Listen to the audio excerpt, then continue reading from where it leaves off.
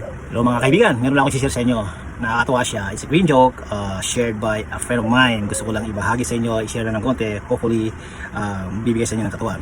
Eto na siya. May bagong kinasal at nag-honeymoon sila from syudad to sa probinsya.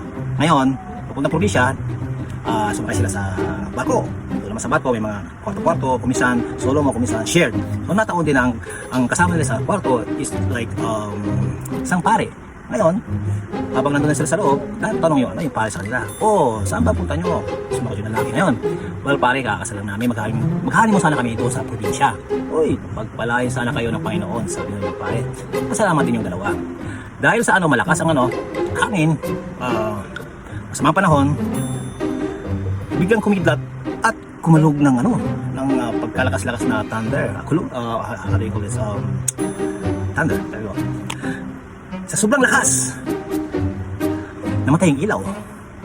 Sa pananabik ng lalaki, sinunggaban kaagad yung asawa.